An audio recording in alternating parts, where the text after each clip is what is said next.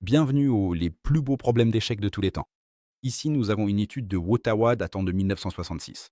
Et c'est au tour des blancs. Les blancs peuvent gagner la partie.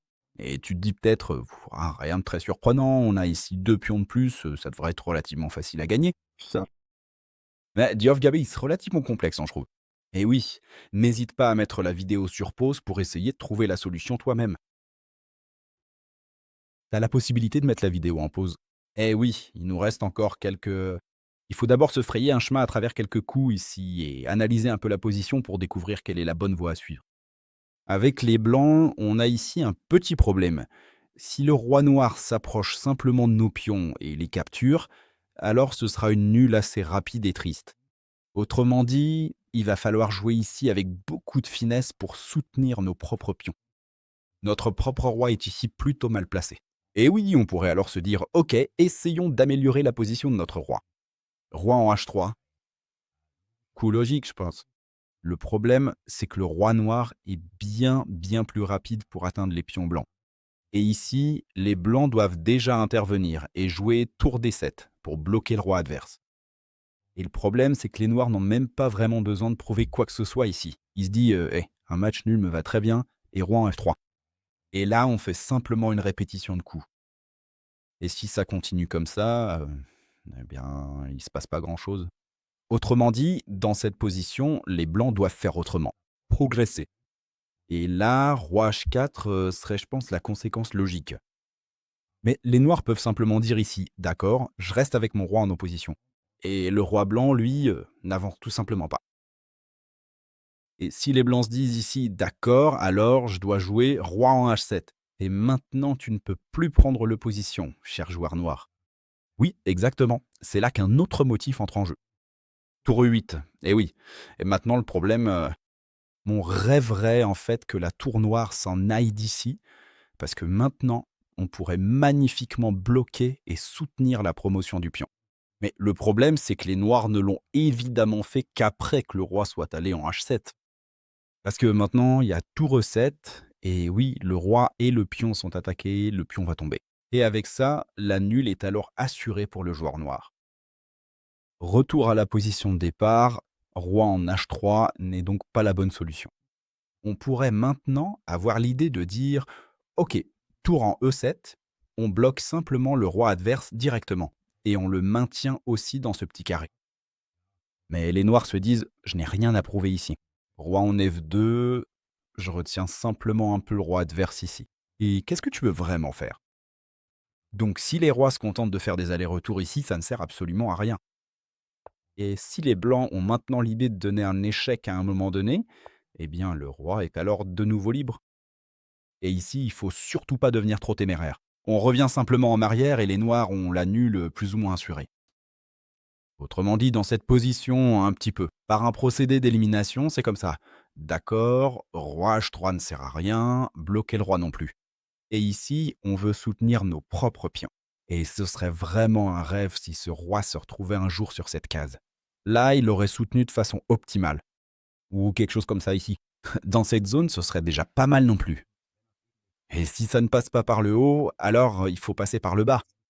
Et il faut faire en sorte que le roi puisse parcourir ce trajet ici.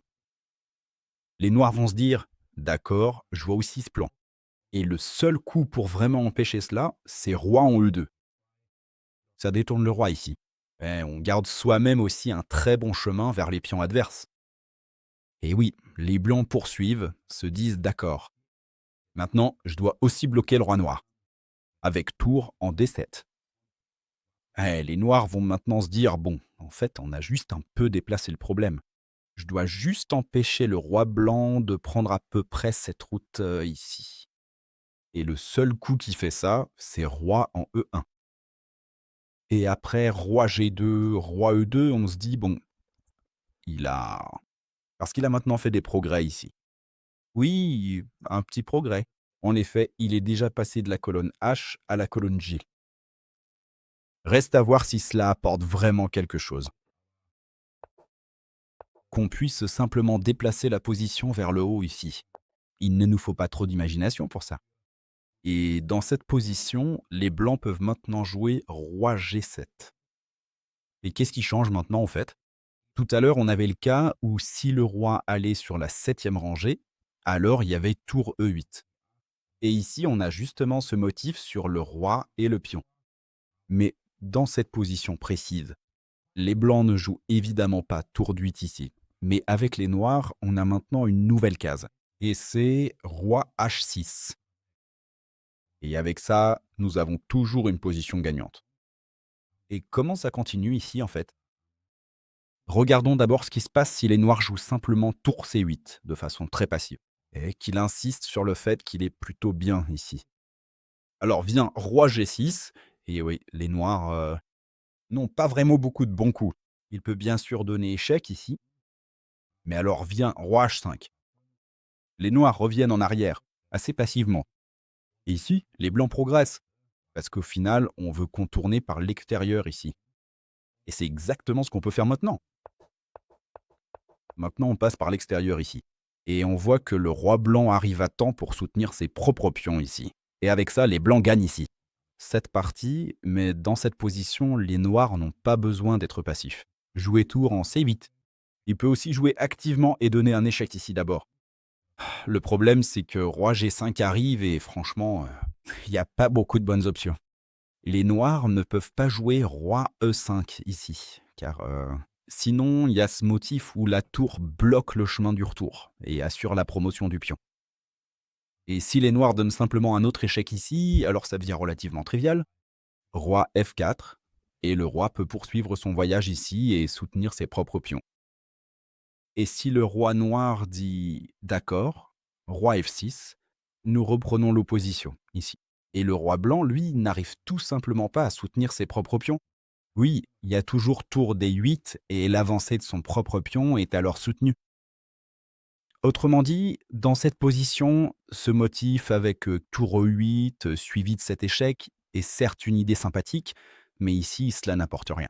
Et le coup défensif le plus engagé, c'est si les noirs jouent eux-mêmes roi E5 et rendent le chemin du roi blanc aussi désagréable que possible pour soutenir ses propres pions. Que se passe-t-il maintenant?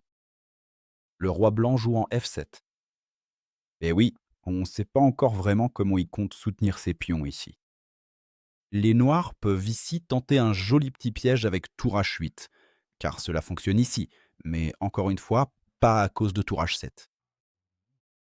Et à la place, les blancs jouent ici roi G7, et les noirs peuvent alors à nouveau placer leur tour de façon assez solide en C8. Eh oui, les blancs doivent faire preuve d'un peu de créativité ici. Ce n'est toujours pas très clair comment ce roi va pouvoir soutenir les deux pions maintenant. Et s'il revient ici avec roi F7, eh bien c'est le même scénario qu'avant. La menace, elle est tout simplement toujours présente sur l'échiquier. Autrement dit, les blancs doivent prouver qu'ils peuvent trouver autre chose que roi G7. Et c'est justement roi G6. Mais comment cela continue-t-il maintenant? La tour doit à nouveau se placer de façon passive ici, pour empêcher la promotion des pions. Et les blancs obtiennent encore un coup. Roi en G5 a été joué. Et maintenant, les noirs ont deux possibilités ici. Il peut soit se dire ok, mon roi est très bien placé ici, je n'ai même pas envie de le bouger, parce qu'on est super bien ici. Faites opposition. On bloque le roi juste en face.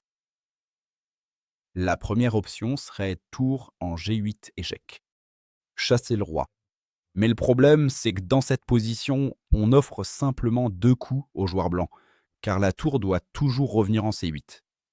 Et ici, les noirs n'ont aucune chance d'arrêter vraiment le roi. Il va simplement continuer d'avancer ici.